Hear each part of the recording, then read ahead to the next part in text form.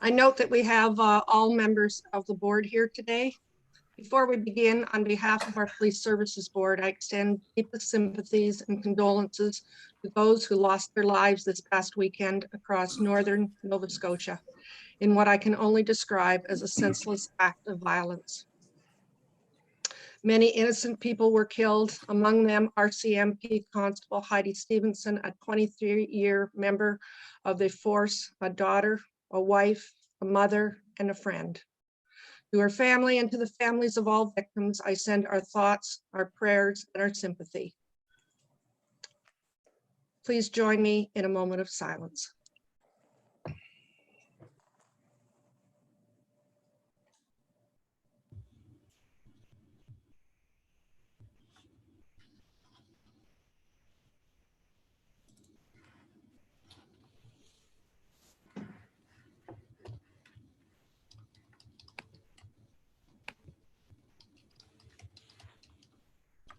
Thank you.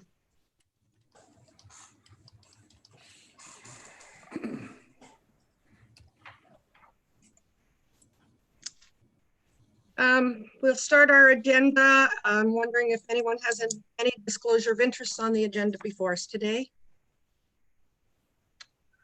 Seeing none, item number 3, confirmation of the minutes of February 26, 2020. Moved by Mayor Bevilacqua, seconded by Vice Chair Molyneux. All those in favor? And that's carried. We have 2 presentations today. It's my pleasure, first and foremost, to welcome Walter Herschel to our board. Welcome, Walter. Good to have you with us. Walter has served, pardon me? So thank you again, Your Worship. Oh, you're quite welcome. Walter has served as a senior officer in the Canadian Forces for many years. During the course of his service, he completed a broad range of duties. Among those, he was commanding officer of the Royal Canadian Regiment of Canada and subsequently appointed as special advisor to the Canadian Army Commander, and also served as a senior military advisor for NATO ally overseas. Currently, he teaches a range of courses at York University, where he was a founding faculty member of the graduate program in disaster and emergency management. Presently, he is the director of the Center of Excellence in Security, Resilience, and Intelligence at the Schulich School of Business. His areas of expertise include international security, complex crisis management, public safety, terrorism, CBRN threats. Additionally, he is engaged in an international consultancy and leading edge technology companies. Finally, he is also actively engaged in various community-based activities. And one more thing he didn't put on it, he's a resident of East Gwillimbury. So welcome, Walter. Good to have you with us. Proud resident of East Gwillimbury, Your Worship. Thank you very much. Looking forward to welcoming you to Bond. Thank you, Your Worship. Well, anytime. Make arrangements. And with that, I know we're going to have a wonderful term with you, Walter. You have a lot to offer our board, and we're very excited to have you with us. So thank you so much for being here. You're welcome. Item number 4.2 is our chief is leaving. Chief, where are you? He's at the end of the table there. Very good. So Chief Jolliffe's last day on the job is April 30th. He is retiring after 40 years of serving the citizens of this region, including 10 years as chief for the York Regional Police. Chief, you started your policing career in Edmonton, and we are certainly glad you made your way back home to this region shortly thereafter. On a cold, wintry day in January 1981, you arrived at 1 District on Prospect Street to begin your career with YRP. And by all accounts, your leadership qualities were there from the very beginning. Your accomplishments are numerous, not the least of which is the continued success of this service in keeping citizens safe and secure and in forging strong and supportive partnerships with our many communities and vulnerable residents. Your mark on the safety of the people of this region has been profound and will resonate well into the future. Chief Dollif has led numerous important capital projects and initiatives over the course of his career, including the development of district police stations in Vaughan, Markham, Georgina, and Richmond Hill, and the training facility in East Gwillimbury, police headquarters in Aurora, and the new marine facility in Georgina, and substations across the region. He has served as the officer in charge of District 5 in Markham for many years and as the commander of field support, which included ERU, K9, and traffic services. Over the course of your policing career, you and York Region Police have received numerous awards, accolades, and recognitions. In recent years, York Region Police has been recognized as a top employer and as a leader in its field in the areas of technology, business intelligence, and training, and in leading the organization into a cultural transformation that is translated into a stronger and more positive workforce with numerous tangible and intangible benefits. You have shaped and guided the future leaders of this organization, and the board looks forward to embarking on that journey with them. Chief, you are that rare breed of leader that leads both with your head and your heart. You have a lot of heart and compassion, which has made all the difference for the people who have served alongside you, for the frontline officers and throughout the organization. And of course, for the many communities that recognize your exceptional ability to serve with strength, intelligence, humility, and respect. On behalf of the board and the citizens of the region, I would like to extend our enormous gratitude for your decades of exceptional service to our community and as Chief of York Regional Police for the last 10 years. You've made a tremendous difference. And a progress leader and as someone who cares about community safety and well-being. I would also like to express our well wishes for your future endeavors, and we look forward to your retirement celebration at an appropriate date in the future. Thank you very much.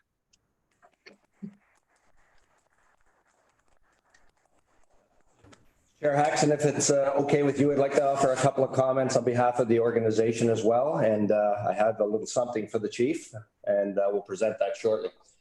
So Chief, yes, thank you.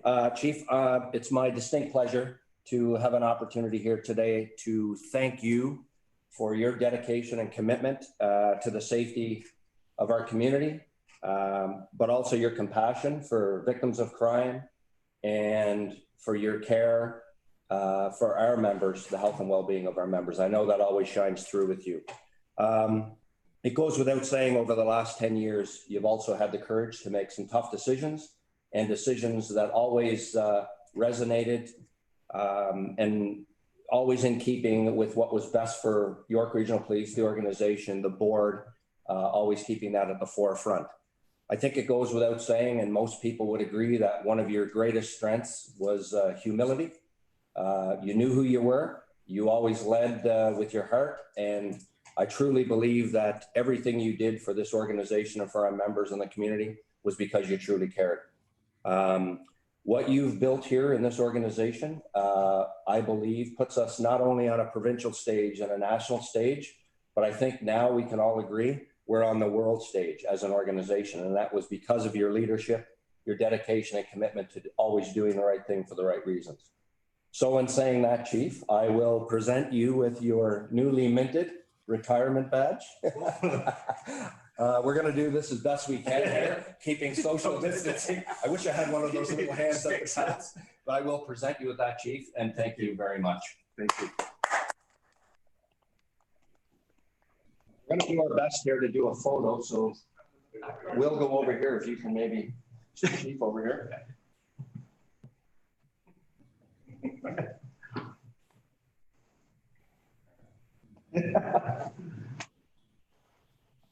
Just moving the chair to. Yeah.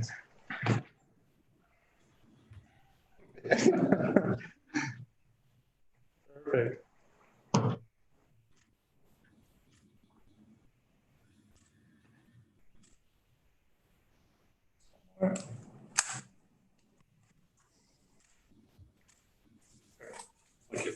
This one, elbow body.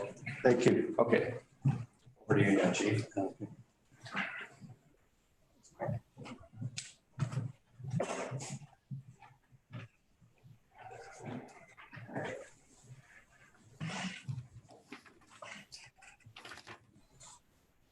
Chief, would you like to say something? Yes, and Mayor Haxon, thank you very much for those kind comments. Perhaps I now need to take some time to get to know the guy that you just spoke about and also who Jim spoke about. The board has had to listen to me for over the last 10 years, and I hope that you will indulge me for about another 10 minutes. Having attended no less than 250 sittings of the Police Services Board, my intuition was perhaps I should prepare something for this particular point in time. And Mayor, I'm not sure where to begin, but as a young kid growing up in Thornhill, wanted to be a police officer, but never had the, never imagined that I would be in the business and the profession for 40 years and being the chief of police for 10. And I can tell you that I've been so blessed to have been involved in so many aspects of the evolution of YRP. As I reflect on my departure, I would like to share with you that I've been humbled, honored, proud, and so very grateful to have the privilege of serving as your chief. More importantly, to be given the opportunity to lead the women and men of such an outstanding police service. An organization with tremendously dedicated people who are driven to keep York Region the glorious community that it truly is. And not sure, Vice Chair Molyneux, if you remember, back in 2010, when I was interviewed for the position of Chief of Police, I was asked how would York Region Police look and feel at the conclusion of my tenure. And this is what I had to say. York Region would be one of the safest communities in all of Canada, that the police service would be woven into the fabric of our community and respected by its diverse communities, a police service that would be nationally recognized for its excellence, recognized for its innovative and technical abilities, that I would champion the learning environment that would ensure the success of our members and the organization, ensure that we have competent and capable people in leadership positions and succession planning would be truly evident, and that York Region would be York Regional Police would be a top employer. And I know you spoke about that.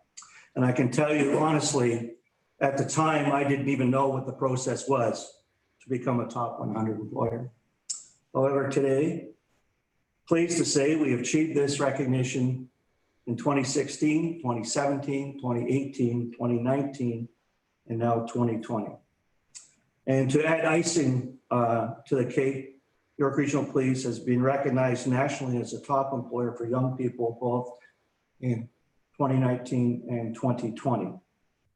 Throughout my tenure, I've spent considerable time focusing on the organizational culture and its many aspects. The importance of accountability, community engagement as a driver to build trust and confidence and to ensure the physical, psychological, and spiritual welfare of our members is looked after. All this in the interest of our vision, mission, and our shared values, all supported by two extremely important pillars: our people and our community. But at the end of the day, all of this is what I hope to be measured to. However, absolutely none of this can happen without the support of a tremendous cast and crew. Although not here, my wife Susan of 40 years has been through thick and thin with me. And as my new employer, she has already advised me that garbage goes out on Thursdays at 7 a.m. sharp. To the very competent and capable executive command team, Andre, Robertson, Brian, and Jim, thank you so much for your dedication and hard work. To Jim, my sincere congratulations on your appointment as our next chief. And I know you will do a marvelous job. Thank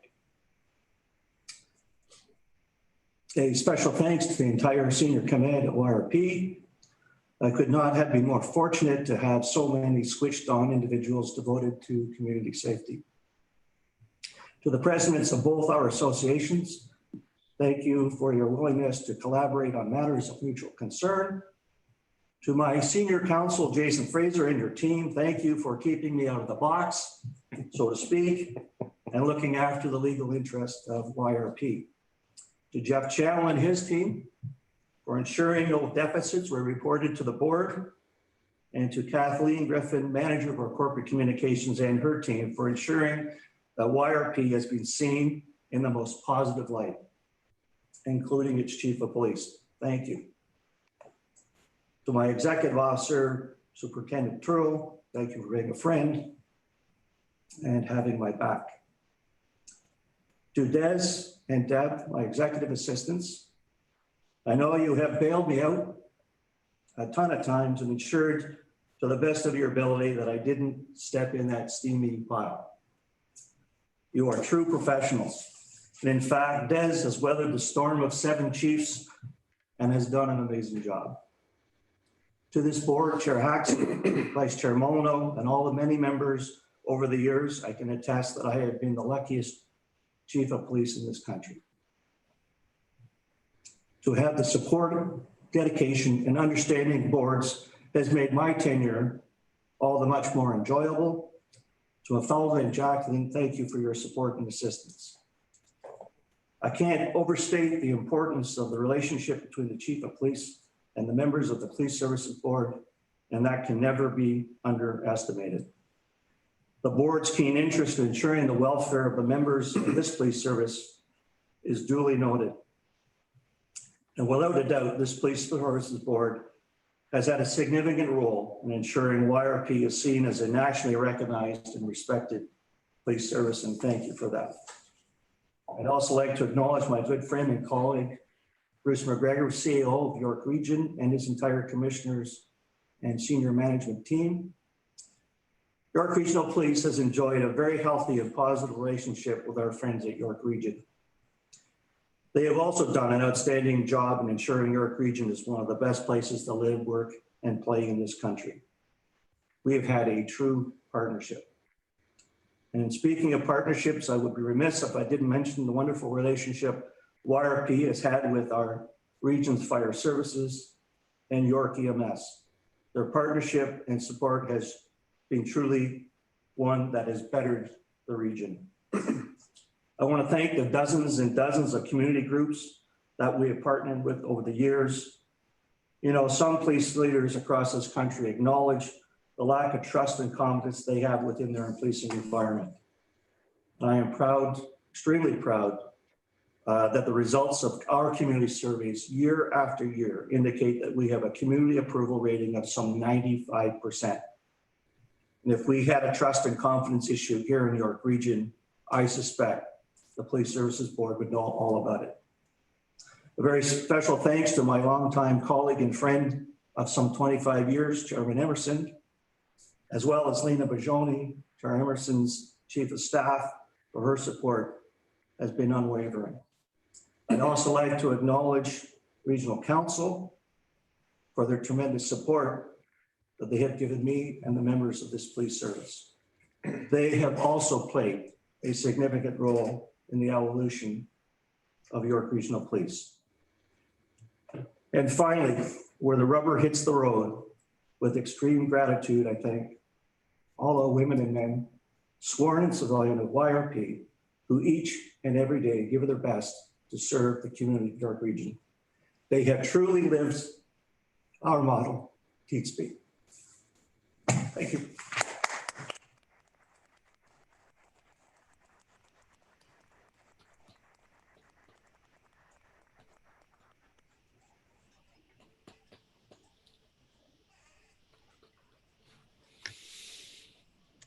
Get on with the board meeting. Thank you very much, Chief. It's very much appreciated. We'll move on to deputations. At this point, there are no deputations listed. Is that correct? That's correct. Thank you. We'll move on to communications, and we have 2 items in communications. The first one is our notification that Walter was joining us. Could I have a mover and a seconder for that, please? Mr. Cooper, Mr. Mayor Bevilacqua, all those in favor? And that's carried. Thank you very much. Second one is correspondence from Mayor Fred Eisenberger, Hamilton Police Services Board. Could I have a mover and a seconder, please? Mr. Cooper, Mr. Molyneux, are there any questions? All those in, oh, Jennifer, is that a question? Yes, go ahead, please. Thank you, Virginia. I'm just wondering, is it possible for the police just direct asking instead of guessing from appearances? This morning, I heard on the news, Toronto is going to issue some new laws that they are going to check the coronavirus infected population by race and by income in order to have some better analytics. So that reminds me of this letter that instead of having our police officers to guess, why don't we issue some kind of directive that allows them to ask that question? I understand the privacy issues, but I don't think it has never happened before. Chief? You know, I will pass this over to Robertson, and also our legal counsel, Jason Fraser, may want to jump in on this too. So perhaps I can start. It would be somewhat problematic to ask a person their race during an interaction with the police for the purposes of the data collection project. The data collection is intended to see what impact the perception of race has on an officer's interaction with a member of the public. And I think to ask the person directly would perhaps, one, it would impede their privacy rights. Not everyone wishes to disclose that. And secondly, it may bias the information that the data collection is intended to seek through the anti-racism legislation.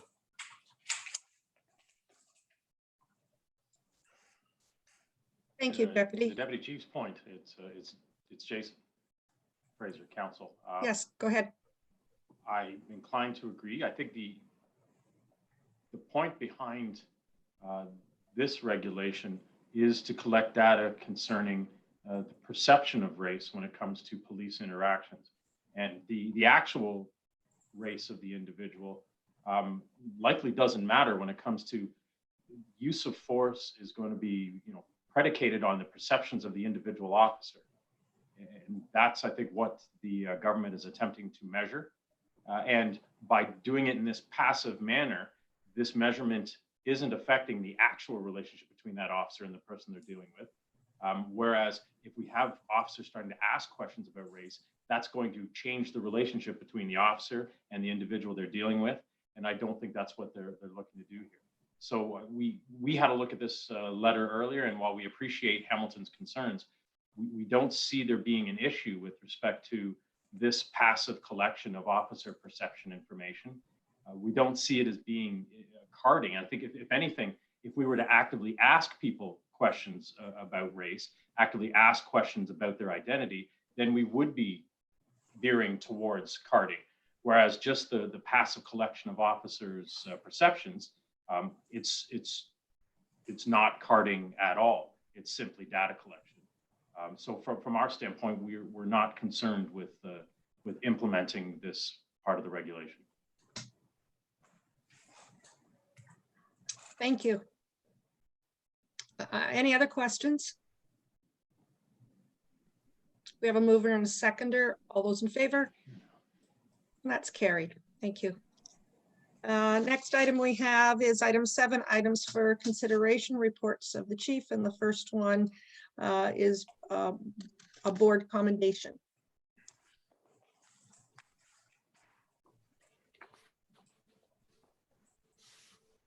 I'll move the recommendation. Thank you. Chair Emerson's moved the recommendation, seconded by Mayor Bevilacqua. All those in favor? And that's carried. Item 7.2, financial reporting for the period ending December 31st, 2019. Are there any questions from board members?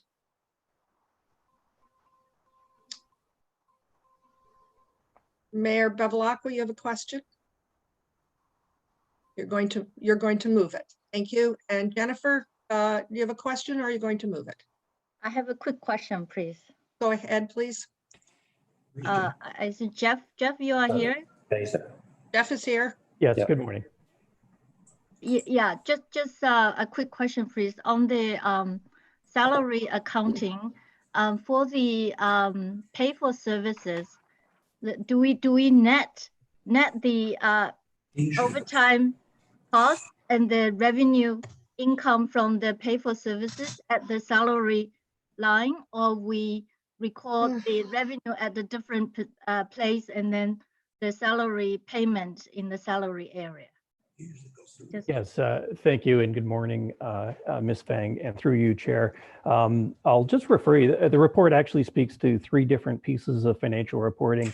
I'll refer you to the extra schedule. So there's a schedule called Schedule of Year-End Variances to Budget. It's on page 23 of the written package, and it is an extra schedule this month, and it shows a netting of exactly what you're speaking to in the first 2 rows of that wages category.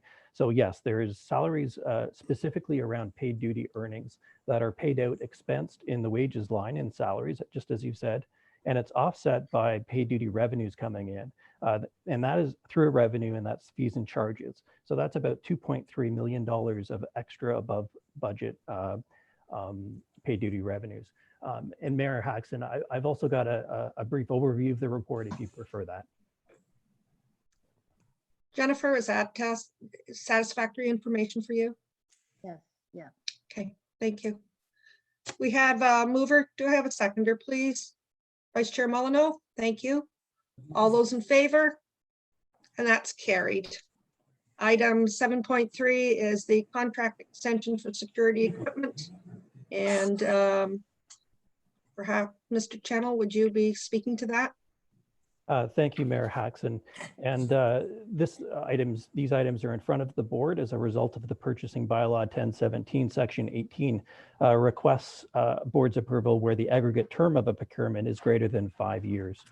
If I could bring your attention to the appendix, which is on page 30 of your physical package. And I'll just run through the line items. Underwriter security is physical security of our buildings and equipment. The board has seen this for several years. We've had this vendor since 2007. This requests an additional $70,000 a year for an additional 5 years with that vendor. The next 2 line items refer to MD Charlton Company. The first line item is consumables for conductive energy weapons. This is a single source supplier that we've been using since 2014. And the second line item relates to the equipment. So this is a one-time purchase of additional equipment for $92,000. We've been using Tasers is the brand name since 2003. And finally, Cleanway Building Maintenance is an extension for janitorial services. This is just a bump out of 5 months of an existing contract, so we can then bundle that contract with HQ cleaning. And we're hoping for some economies of scale and better pricing by doing so. I'll take any questions related to the report. Thank you. Are there questions? Seeing none, could I have a mover and a seconder, please? Moved by Mr. Cooper, seconded by Chair Emerson. All those in favor? And that's carried. Thank you.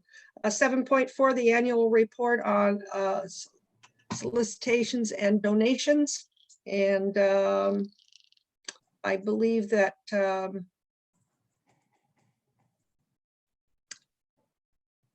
Chief, are you going to speak to that, or would there be someone else? This is soliciting. Yeah. Okay. Yeah, so I can speak briefly to it if there's, unless there's any questions. It's Thank you. fairly straightforward. We're obligated to report, obviously, anything over a $10,000 amount. And the totals of those amounts are found in the 2019 solicitations and donations chart within the document. You can see there's 90,000 for the Pan dinner in the past. Our annual York Regional Police Golf Tournament, 37 donors totaling just over $90,000 to $91,626. Holiday Heroes, another annual program that we run around the holiday season, $51,000. Our annual Cops for Cancer programs, once again, $19,000. Support services, which is a donation for one of our police services dogs, which came in this year for $10,000. York Regional Transit, I don't have the details on that. I know it's found within the report. But again, another amount totaling $9,000 in a cash. I have to look at that one. Training and education it's training and education expenses to assist with York Regional Transit. So those are the totals for the year in terms of reporting to the board. And a donation of a bus as well. 9,000. Okay, that was the 9,000 this year. Sorry, donation of a bus. So that's the total for this year for 2019. Sorry, if there's any questions. Thank you very much. Questions? Mr. Cooper? Thank you, Madam Chair. I just have a question regarding the 2020. I don't know if we're going through that, but I just wanted to ask the amounts that are put here for the 2020 for the Chief's dinner. These are all people who have given straight donations and are not receiving any tables. Is that correct? Well, they'll receive tables as a result of it being part of the package. But yes, it's not just table donations. These are over and above. So those are our sponsorship amounts over $10,000. Okay, great. Thank you. Are there any other questions? I have a mover and a seconder, please. Mr. Cooper, Mayor Bevilacqua, all those in favor? And that's carried. The next item is 7.5, and that is the annual stats. And Chief, would you be looking after that, or would there be? So Superintendent Turl will walk you through this report. Thank you, Graham. Great. Good morning, Madam Chair, members of the board.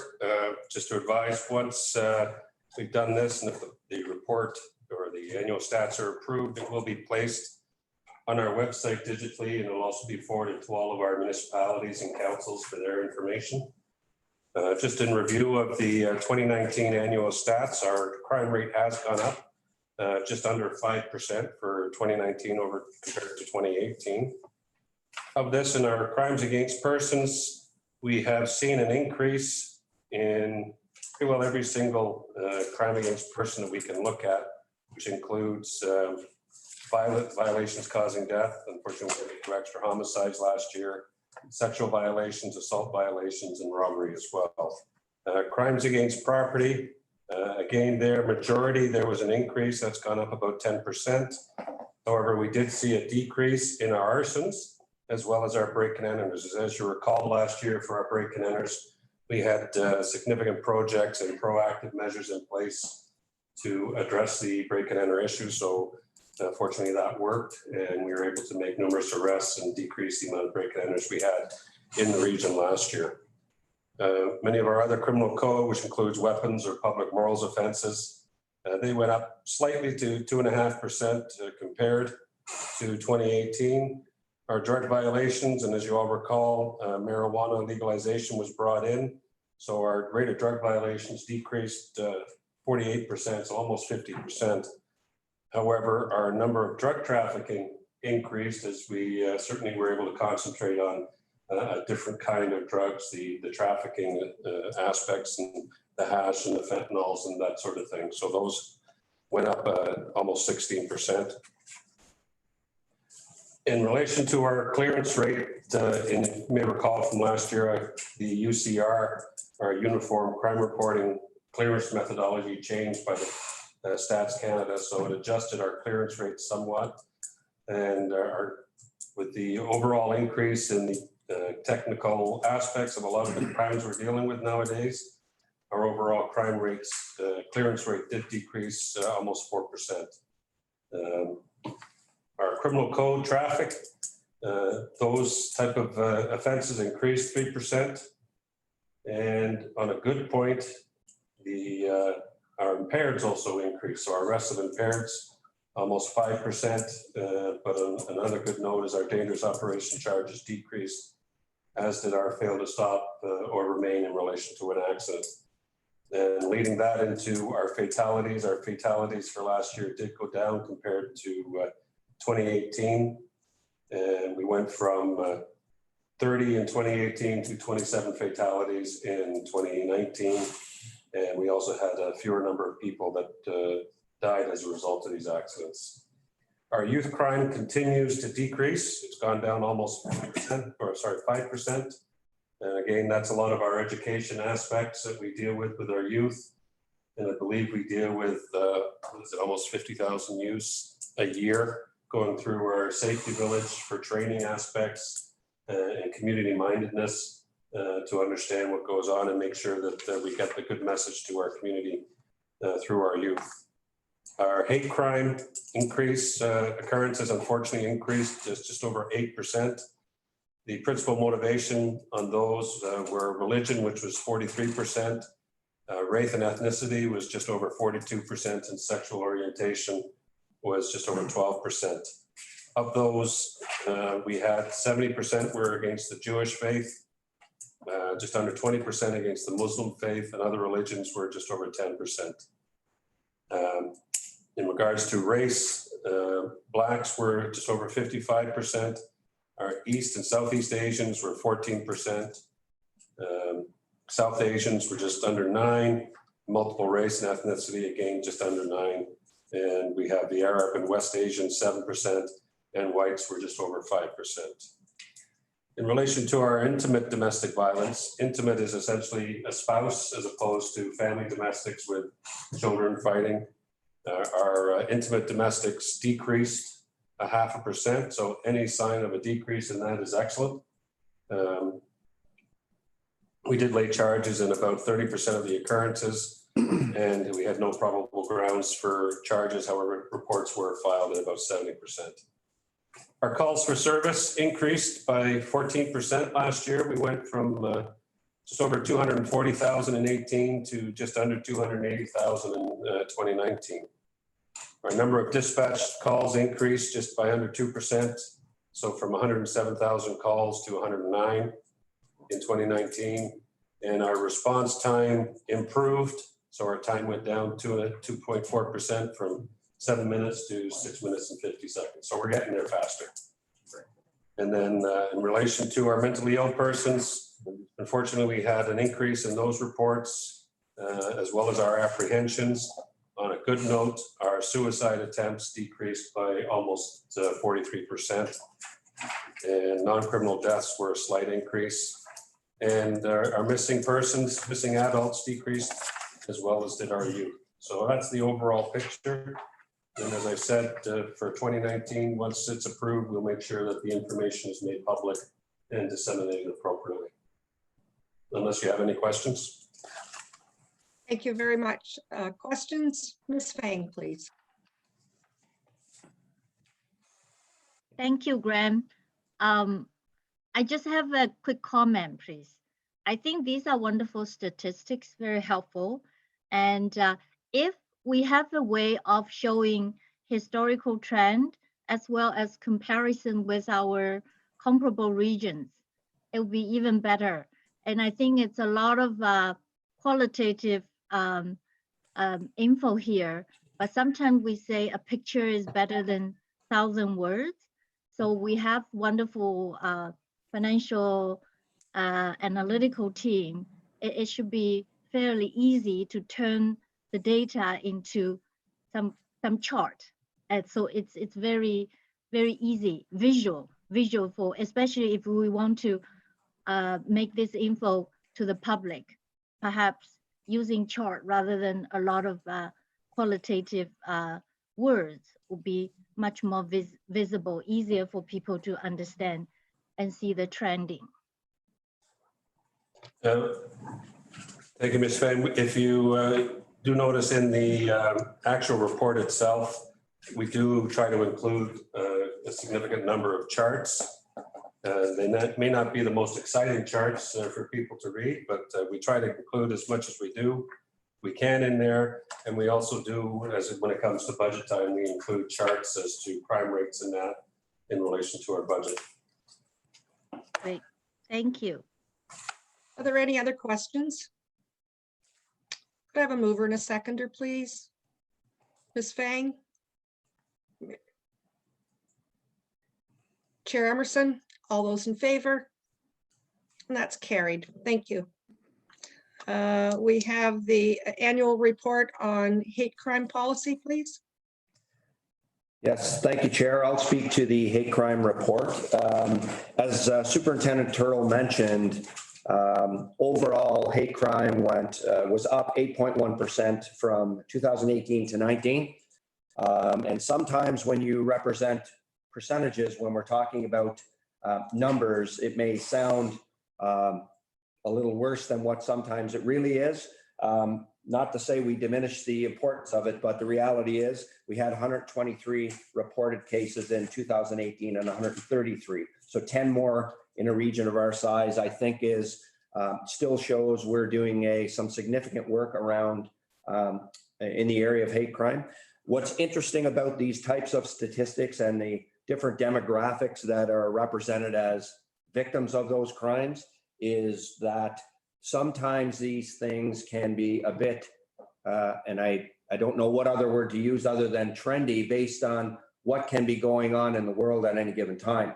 Because we all know we live and police a very diverse community. What I can tell you is in working with our diversity, equity, and inclusion folks, and there was no one incident that contributed to any of these trends that we saw in 2019. But what's interesting around looking at today in what's going on with our COVID situation, we are seeing a bit of a trend in people coming out against the Chinese community in certain situations where they're marginalizing these communities based on the fact that it's been widely reported that, you know, the COVID situation started out in China. And what's really, I guess it's the good news story in a bad situation for us is that because of the work we do with all of our communities, people feel more comfortable to report it to us, whereas with other organizations, they may not be so inclined to do so. The other thing I can share is that in some of these cases, we've had to root out these situations where it might have been reported in a newspaper, but unreported to York Regional Police. We would take that proactive step and reach out to the newspaper, to the people in the community to find out what exactly happened and be proactive about it. And that can sometimes increase our numbers as well. But again, that's because of the comfort and the work that we've done in building relationships with those communities. So there are some trends that we'll be reporting on next year in next year's report that we'll be able to speak more to and give you some more information on. But right now we are seeing a bit of an uptick in that area. So that's just how it goes in relation to these different occurrences that happened in the world that actually have a local impact here in York Region. Thank you very much. Are there other questions? Seeing none, Chair Emerson. Yeah, thank you, Madam Chair. Acting, or what did we say, designate Chief, could we get an update, I would say, before waiting a year on the hate crime? I got a feeling it could go bigger in the next couple months because of the lockdown that we have now and where we're at. Is it possible to bring something? Is it too soon to say June, or would you be okay to do something in September? I think it would be beneficial for the board to know where the hate crime was going in the next couple months.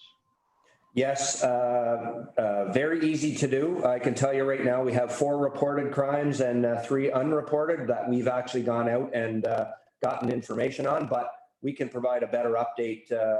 I'd say maybe perhaps we can do it in May or June. June might be better just because we'll see what will unfold in May and how things might change provincially. And then that might give us a better indication of whether it's starting to go down as a result of any changes that might be made or not. But either or will work.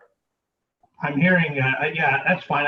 I'd even go so far if you want to bring something in September so the board's up on top of it a little bit, because I'm hearing I'm hearing some bad vibes out there from other municipalities and from other regions. So I think the board should be aware of it.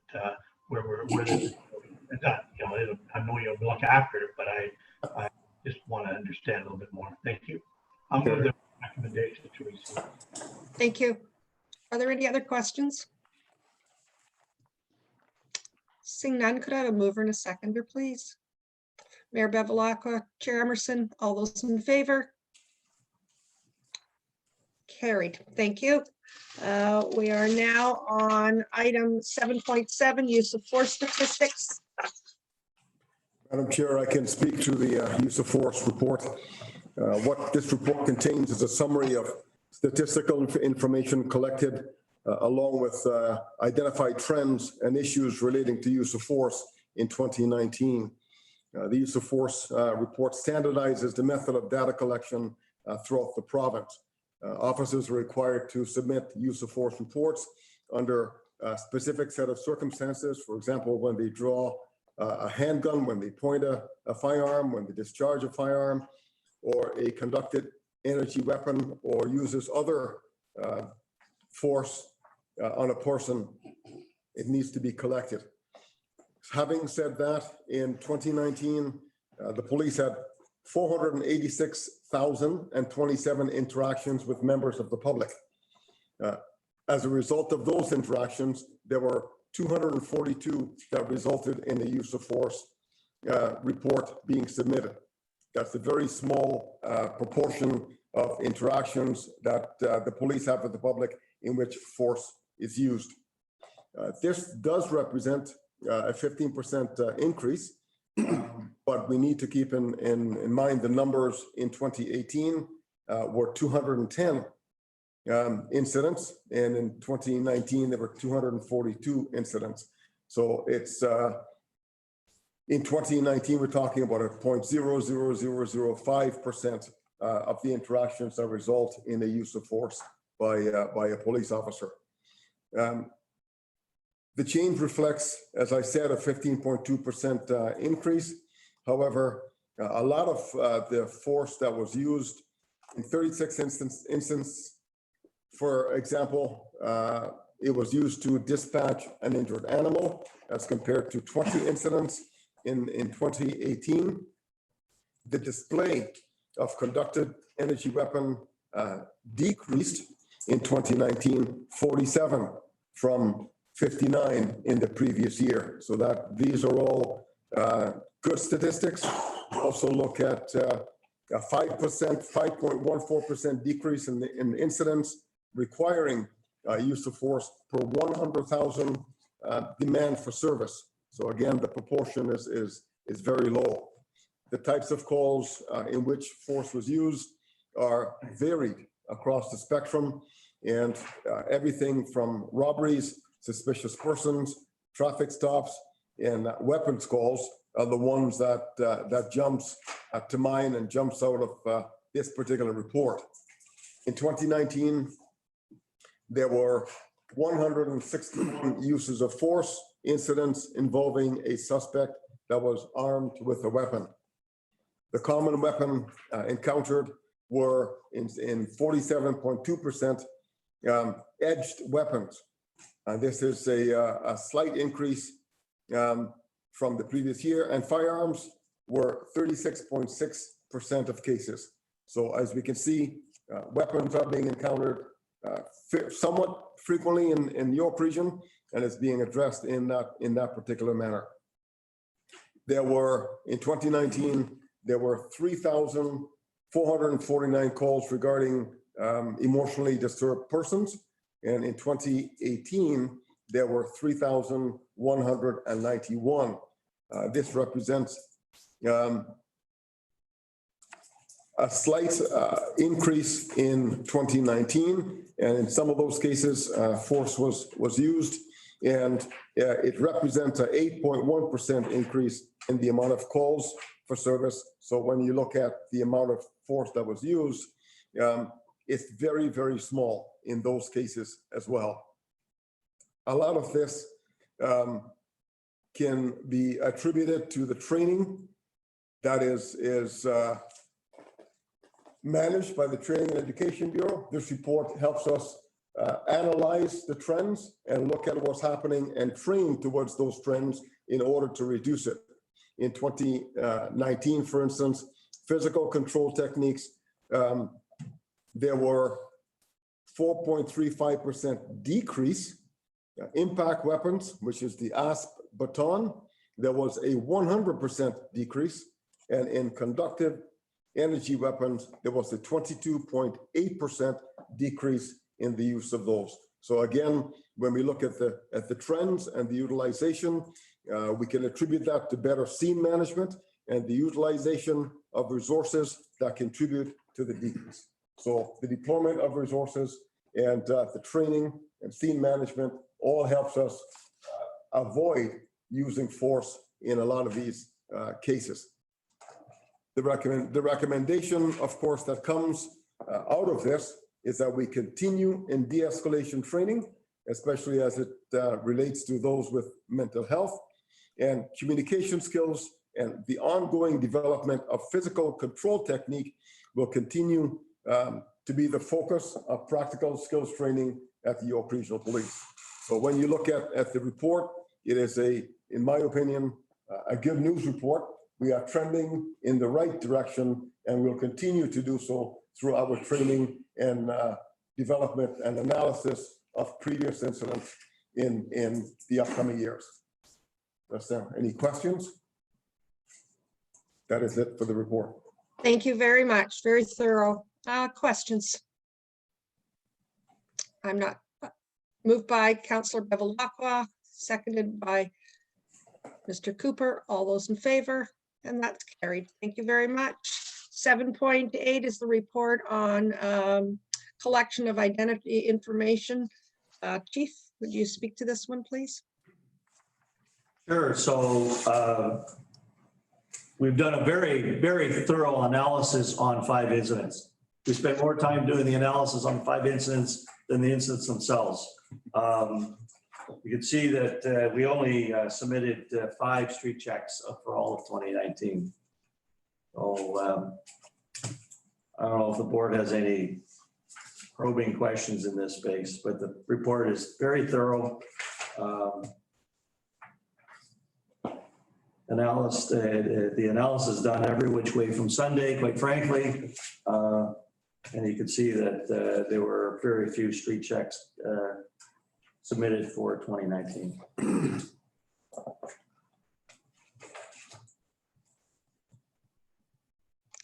Thank you. Are there any questions? Seeing none, could I have a mover and a seconder, please? Chair Emerson, Vice Chair Molyneux, all those in favor? And that's carried. 7.9, the Missing Persons Act. Chief? So in this particular report, we're required to report to the ministry on the Missing Persons Act of 2018. Urgent demand for records is when we were required to obtain information in a very, very timely fashion. So for 2019, we had 1 incident that we will be reporting out to the Ministry of the Solicitor General. And that was for video surveillance of a missing person that was using an ATM machine at a bank here in the region. And that's the only item that we had that we utilized under that particular act. Thank you. Are there any questions of the chief? I have a mover and a seconder, please. Mr. Molyneux, Ms. Fang, all those in favor, and that's carried. Item 7.10, award of cellular communication devices and services. Thank you and good morning, Ms. Haxton. And I just wanted to overview this report. So this report is in front of you with respect to Section 14 of the purchasing bylaw, requiring awards greater than $2 million to be approved by the board. This report is seeking $1.682 million for a combination of Rogers, Telus, and Bell Mobility for the initial 2-year term of a provincial vendor of record agreement. If there's a second term commencing in April of 2022, and that total would be spent over 4 years of $3.364 million. The report outlines the various scenarios, but I'd like to bring to the board's attention Appendix A, and this is the primary, secondary, and tertiary providers.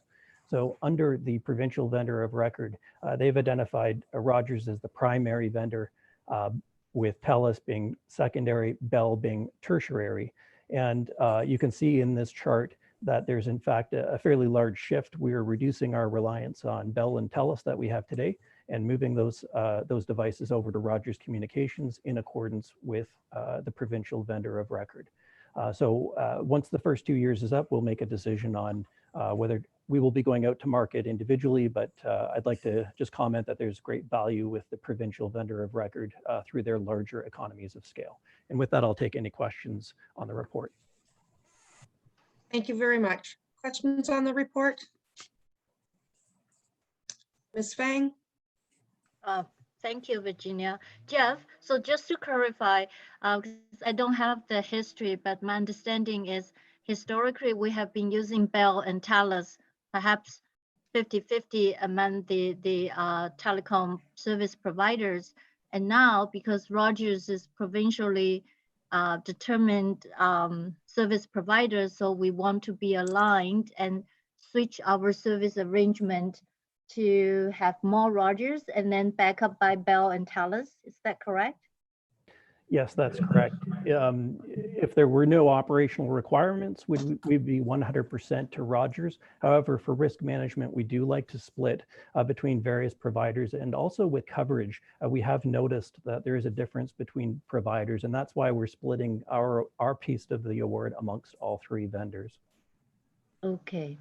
And is it still possible to negotiate similar rate? Say if Rogers is able to give us the best possible service packages, then we could ask the other providers to match that perhaps, or we just go whatever they quote. Actually part of a 10-year award that the province has made. Its terms are 2 years at a time. So our rates are fixed based on that. And just to let you know, it's an excellent contract price. I don't think that we individually as YRP would do any better by going out on our own. Great, thank you. Thank you very much. Could I have a mover and a seconder, please?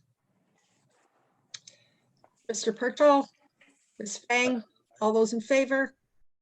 And that's carried. Thank you very much. We're at item number 8, and that's items for consideration, reports from the executive director. And the first one is Public Relations Fund Annual Report. LaFalda, are you there? I'm here. Thank you. Are there any Good morning. questions? Good morning. Are there any questions from board members? Chair Emerson. Thank you, Madam Chair. I know this is for 2019, but I believe we've approved some funding towards other events this year already, if I stand to be corrected. So where some of those, probably those events are canceled. So what are we doing with the funding that we have submitted, if we have any? And I thought we have had, but if we haven't, that's fine. But what have we done? What are we doing with the with that if we do have funding that we've already committed to and the event's not going on. Through you, Madam Chair, if I can add that that's a good question, Chairman Emerson, and we are expecting our organizations to get back to us on what to do with those funds, especially if they, we were supporting events or fundraising dinners and those kinds of events. So that's up to make that decision at this time. So may I ask at the next meeting that you have a report back to us to say where those funds and what ones we've committed to? I'm not sure we did any golf tournaments, but obviously the golf tournaments, they would have been submitted sometime early in June or something to that effect. I just seem to think the board think we should know if we're getting something back or if they're going to delay the event or were they just going to keep the check. So I think I'd like to know just where the funding has gone. I'll move the receipt of the record. I'll move receipt, Madam Chair, with the further report coming back to the board in May to talk about the 2020 donations. Thank you very much. Mayor Bevilacqua, you have a question, and then I believe Ms. Fang has a question. Yes, I just want to say that during these difficult times, many organizations are having difficulty raising funds. So whatever commitment we made, whether the event occurs or not, we should still be giving them the money. If anything, we should be giving them more money because these are the organizations are really facing some challenges. And as you know, the issues that they deal with, it's not like they subside. COVID-19 has also amplified the challenges they had. So I just want to make sure that we don't tie our presence at the event or a sponsorship to the fact that to our decision as to whether they get the money or not. I think the money should be flowing to them. Thank you. Ms. Fang. Thank you. Mufada, just a quick clarification question, please. I know we show the balance as of December 2019.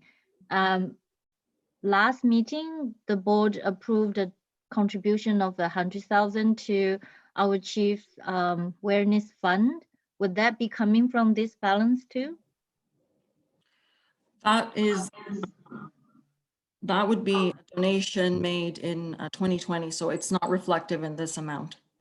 Yeah, I understand. I just want to clarify if this is the source, then we don't, by now we don't have this balance. No, we don't have this balance, but we will be bringing back a semi-annual report in September to have the most up to date at that time. Thank you. Thank you. Seeing no other questions, could I have a mover and a seconder, please? Mr. Cooper, Mayor Bevilacqua, all those in favor? And that's carried. 8.2, accessibility for Ontarians. Balda, please. Thank you, Madam Chair. Under the Accessibility for Ontarians with Disabilities Act, or the ODA, organizations have to have processes which outline how they receive and respond to feedback on how those organizations provide goods and services to people with disabilities. Further to the board's accessible customer service policy, the executive director will collect and respond to any feedback on how the board provides its services to people with disabilities. And the executive director will report back on an annual basis on that feedback and any responses and actions taken. And I can tell you that in 2019, at this time, the board did not receive any feedback.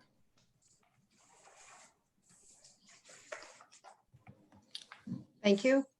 Are there any other questions? Could I have a mover and a seconder, please? Vice Chair Molyneux, Mr. Cooper, all those in favor? And that's carried. Item number 8.3, draft board policy on access to COVID-19 status information, please. Again, through you, Madam Chair, in order to protect frontline personnel and to slow down the spread of COVID-19, the provincial government has issued an emergency order that will allow police services to access information on individuals who are COVID positive. And they'll be able to access this through a portal that's been created by the ministry. Obviously, this information is highly sensitive. So it will be accessed in a very limited and controlled way, as outlined in the attached board policy. The chief will establish procedures with restrictions on who will access the information and how it will be stored and a timeline for its retention, which will be in compliance with this policy and of course any laws and regulations that apply. And I'll take any questions if the board has any. Thank you very much. Questions? Ms. Payne, please. Thank you. Actually, a quick question relating to COVID-19. It's more for our frontline officers. Do we now provide them with masks when they go out and patrol and have interactions with the public now? Yeah, anyone else can add. Yes, we have an ample supply of masks, eyewear and gloves for all frontline members that are interacting with the public. I know we work with Jeff Chandler and his group in procurement to make sure we have a good supply.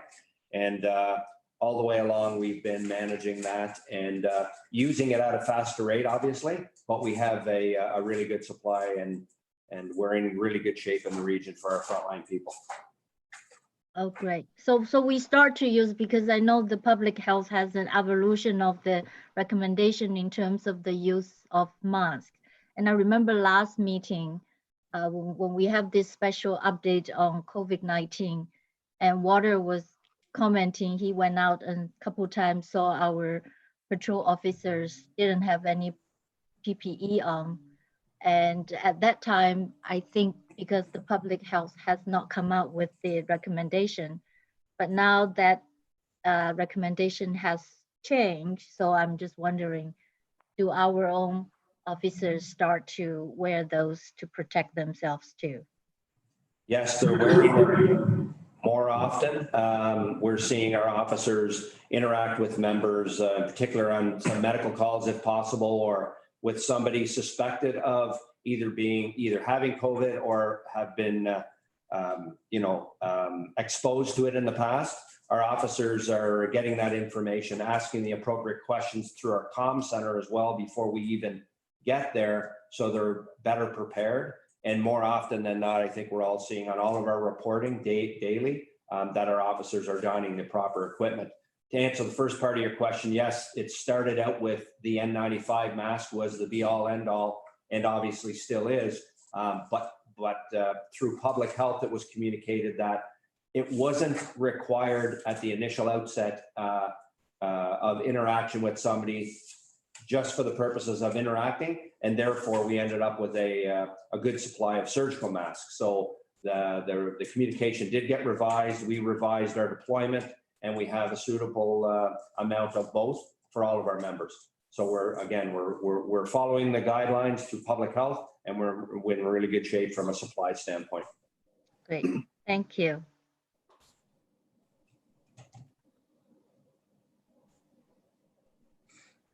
All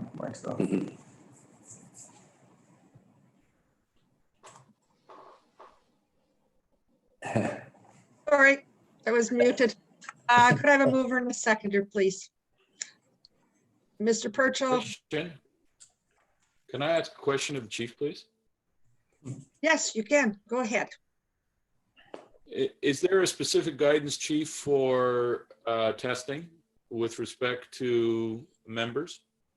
And is that based on a specific guidance that you've issued with respect to a precautionary view that testing should be conducted?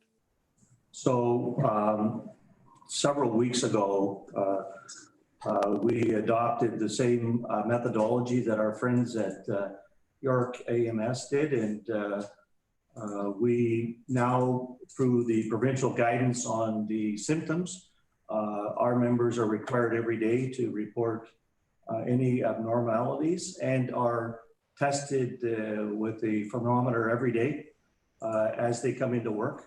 And we've also been able to share with our members if they are feeling unwell. We've given them a whole host of locations across the GTA where they can be tested. And we also have the emergency ability to test a member in partnership with York EMS. Thank you. Thank you. Mr. Purtle, you are moving that, correct? Yes, Your Worship. Thank you. And a seconder, please. Vice Chair Molyneux. All those in favor? And that's carried. We are down to item 9, unfinished business. Do we have any?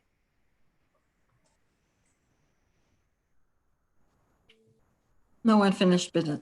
No unfinished business. No unfinished business. Thank you. And is there any other business before us at this time?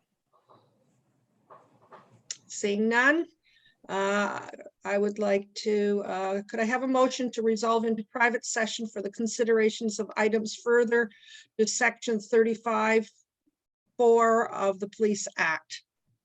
I have a mover and a seconder, Mayor Bevilacqua, Mr. Cooper, all those in favor? And that's carried. Now we are going to need about more than 5 minutes and less than 10, I understand from Jacqueline, to move into private session. So if people would like to take a quick stretch, it'll be at least 5 minutes. Thank you.